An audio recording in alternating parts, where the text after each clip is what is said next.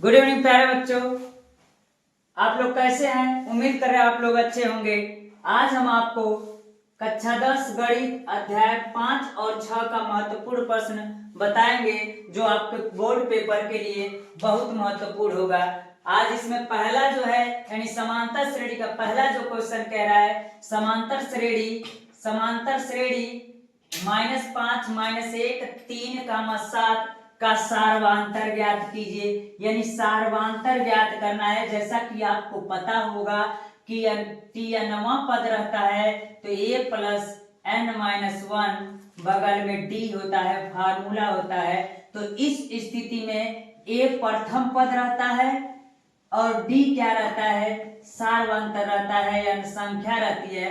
तो ये कह रहा है कि जो d है यानी सार्वधांतर है, सार्वधांतर को बताइए। और एक बात और बता दूं प्यारे बच्चों कि जरूरी नहीं है कि सार्वधांतर d पूछ सकता हो सकता है किसी और प्रकार का समीकरण दे दे और पहला पद पूछ सकता है या 10वां पद 20वां पद चाहे कोई भी पद पूछ सकता है। जैसे कि अगला क्वेश्चन ये कह रहा है कि समांतर श्रेणी 21, 18, 15 का 15वां पद ज्ञात कीजिए। यानी कौन सा पद ज्ञात करना है? तो आपको पता है कि 15वां पद अगर कह रहा है तो 15वां पद आसानी से ज्ञात कर सकते हैं। तो n बराबर कितना दिया है? 15 दिया है। a बराबर 21 दिया ही है और हम d निकाल लेंगे। और d निकालेंगे कैसे? आपको पता है कि दूसरा पद माइनस पहला पद d बराबर क्या होता है? दूसरा पद माइनस पहला पद। यानी हम आपको बता दें या तो दूसरा पद माइनस पहला पद कीजिए तो उतना ही आना चाहिए जितना कि तीसरा पद माइनस दूसरा पद कीजिए। यानी अंतर कितने का है वही सार्वधांतर कहलाता है। तो कह रहा है कि अगर हम d का मान निकाल लेंगे तो कह रहा है कि a क्या है? तो a का मान आपको दिख ही रहा है कि 21 है। 21 रख करके तो कह रहा है कि 15वां पद ज्ञात कीजिए। तो t 15वां पद कहेगा तो a plus n-1 into D से हम क्या निकाल नहीं सकते क्या प्यारे बच्चों? उम्मीद कर रहे हैं कि आप लोग निकाल लेंगे। इस प्रकार इस दोनों क्वेश्चन को आप कीजिएगा। अगला क्वेश्चन चलते हैं, देखते हैं क्या कह रहा है। अगला क्वेश्चन ये कह रहा है कि 2 और 100, 2 से लेकर के 100 के बीच सभी विषम संख्याओं का योगफल ज्ञात कीजिए जो 3 से विभाज्य हो। यानी ये कह रहा है 2 से 100 के बीच में, याद रखना प्यारे बच्चों, 2 से 100 के बीच में, 2 से 100 के बीच में सभी विषम संख्याओं का योग नहीं कह रहा है। ये कह रहा है कि 2 और 100 के बीच में चलेंगे तो वह विषम संख्या जो 3 से क्या होता हो तो कटता हो। तो जो विषम संख्या 3 से कटता हो तो 2 के बाद क्या होगा? 3 होगा, फिर क्या होगा? 6 होगा, फिर क्या होगा? 9 होगा। इसी तरीके से चलते चलेंगे डाट डाट डाट करके। तो 100 से छोटा हुआ कौन सा पद होगा जो 3 से कटेगा? तो हम कहेंगे 99 होगा जो 3 से सर क्या होगा? कटेगा। यानी 3, 6, 9 डाट डाट डाट कितना? 99। अब आपको a मिल गया, d मिल जाएगा। तो कह रहा है उनका योगफल ज्ञात कर लीजिए। तो समांतर श्रेणी का योगफल क्या होता है आपको पता ही है, n/2 2a plus n-1 into d। उस फार्मूले को रख करके हम क्या कर सकते हैं? तो कहेंगे n बराबर यानी सम बराबर क्या कर सकते हैं? 2a प्लस n-1 ऐसे कर दीजिए, n/2 2a प्लस n-1 बगल में d।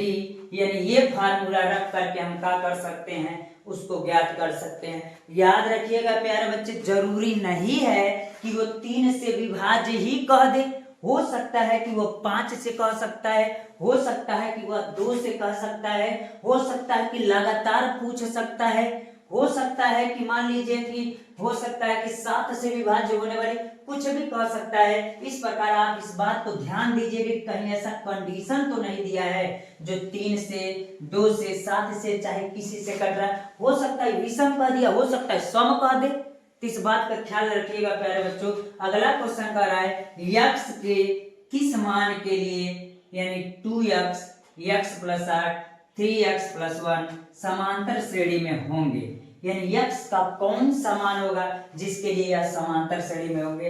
ये प्यारे बच्चों ये बहुत इजी क्वेश्चन है, लेकिन आपको देखने में लग रहा है कि हम यक्स का मान कैसे निकालें, ये दिक्कत होता है। तो हम बता देना चाहते हैं आपको कि आपको दिख रहा है सर ये T1 है, ये T2 है, यानी पहला टर्म है, दूसरा है, तीसरा है, हम कह सकते हैं।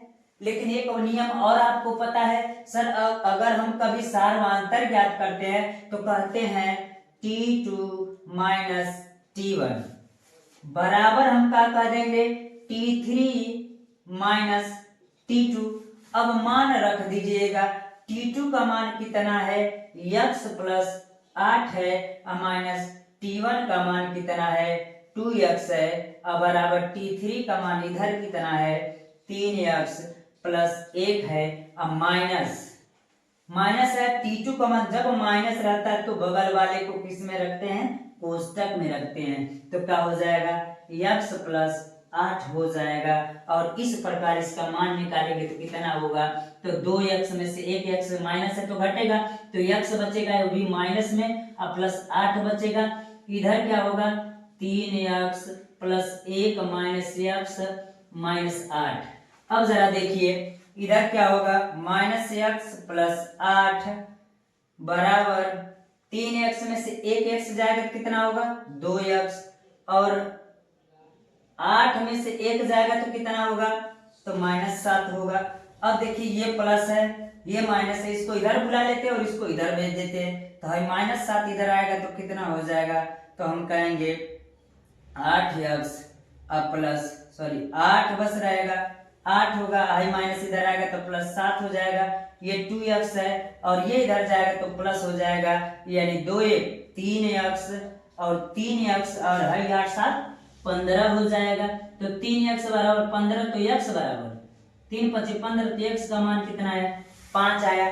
तो इस प्रकार अब सबको टेंशन ये आ रहा होगा कि सर ये कहां से ला दिए, तो मैंने आपको प्यारे बच्चों पहले से बता रखा है कि अगर कोई समांतर श्रेणी होगा तो उस स्थिति में अगर हमको d का मान निकालना होगा तो हम कह सकते हैं कि दूसरा पद माइनस पहला पद बराबर तीसरा पद माइनस दूसरा पद, आगे भी जितना रहेगा उतना करते रहिएगा। तो हम इसलिए इसको पूरा बताए हैं कि आपको आगे चलकर के बहुत से सवाल ऐसे आ सकते हैं जिसके लिए समस्या हो सकता है, तो आप घबराइएगा मत इस चीज को लेकर के और आप इसको अच्छे से लगाइएगा। प्यारे बच्चों उम्मीद करना है कि ये समझ में आ गया होगा।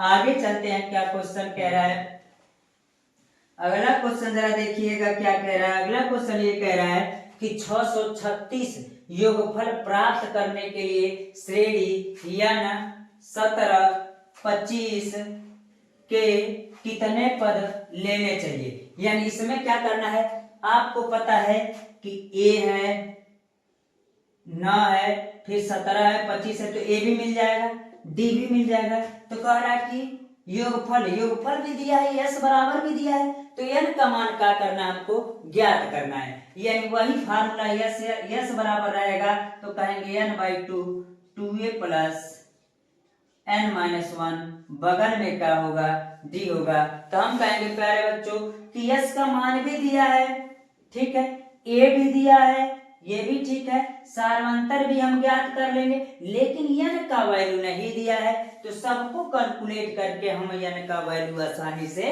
निकाल सकते हैं। तो प्यारे बच्चों आप इसको क्या कर लीजिएगा, निकाल लीजिएगा।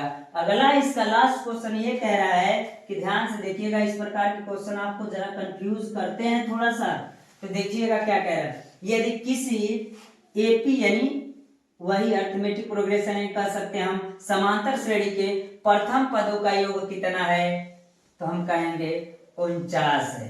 यानी प्रथम पदों का योग कितना है 49 है, और 17 पदों का योग 289 है। कितना है 289 है। इसके प्रथम n पदों का योग ज्ञात कीजिए। तो प्यारे बच्चों कह रहा है कि प्रथम पदों का योग यानी प्रथम पद क्या योग कितना है, तो कहेंगे 49 है। एक समीकरण उससे मिलेगा।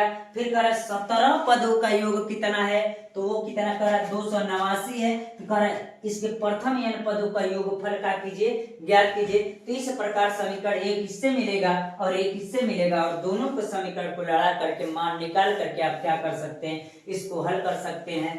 तो इसमें अध्याय 5 का समांतर श्रेणी का इतना क्वेश्चन था, इसके बाहर से नहीं आएंगे बाबू। देख लो, एक बात और बता दें हम आप लोग को कि इसमें से हो सकता है कि आपको अंक बदल सकते हैं और थोड़ा सा तरीका बदल सकता है, लेकिन क्वेश्चन इसी टाइप का होगा। अध्याय 6 त्रिभुज का इंपॉर्टेंट क्वेश्चन प्यारे बच्चों है। पहला कह रहा है चित्र में DE समांतर है BC के और भुजा AD की लंबाई ज्ञात कीजिए, जबकि दिया गया है क्या, AE बराबर 2.7, BD बराबर 10.8, यानी जो मान दिया है, तथा CE बराबर 8.1।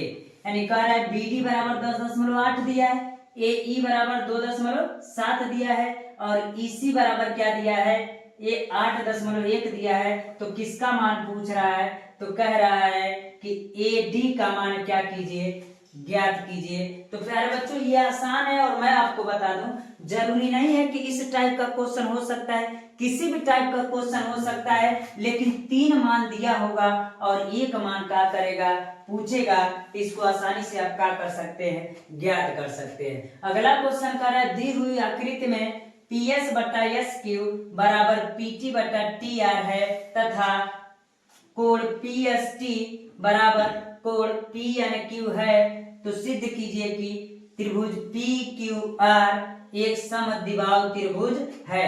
तो इसको भी आप क्या कर लीजिएगा प्यारे बच्चों, तैयार कर लीजिएगा और सिद्ध करने का तरीका भी क्या कर लीजिएगा, सीख लीजिएगा। अगला क्वेश्चन कह रहा है कि त्रिभुज ABC में यदि भुजा AD तथा BC पर लंब है और AD स्क्वायर बराबर BD गुणे CD, सिद्ध कीजिए कि त्रिभुज ABC एक क्या है, समकोण त्रिभुज है। तो आप इसको भी लगा लीजिएगा और ये इंपॉर्टेंट क्वेश्चन है।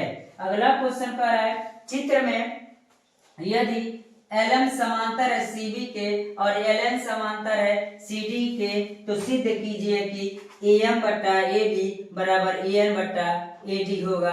तो इस चित्र के द्वारा इस क्वेश्चन को भी क्या कर लीजिएगा, सॉल्व कर लीजिएगा। प्यारे बच्चों एक प्रकार का और क्वेश्चन पूछता है, उसमें जैसे कह देता है कि यह इसके समरूप है कि नहीं, तो समरूप होने की स्थिति में सिद्ध कीजिए कि यह त्रिभुज इसके समरूप होगा कि नहीं होगा। तो सिद्ध करने की कंडीशन को भी क्या कर लीजिएगा, आप देख लीजिएगा कि त्रिभुज की बात कह रहा है, तो क्या त्रिभुज समरूप है कि नहीं है, सर्वांगसम की बात कर सकता है। तो थोड़ा सा आप और केयर कर लीजिएगा कि समरूपता की कंडीशन को देख लीजिएगा। प्यारे बच्चों आज इसके यानी कक्षा 10 गणित का अध्याय 5 और 6 का महत्वपूर्ण क्वेश्चन हो गया, जिसको आप तैयार करके आसानी से पेपर का कर सकते हैं, दे सकते हैं, और इससे बाहर से पेपर बोर्ड पेपर में नहीं आएंगे। और प्यारे बच्चों इतना आप तैयार कर लीजिएगा। आज के लिए इतना रहने देते हैं, धन्यवाद।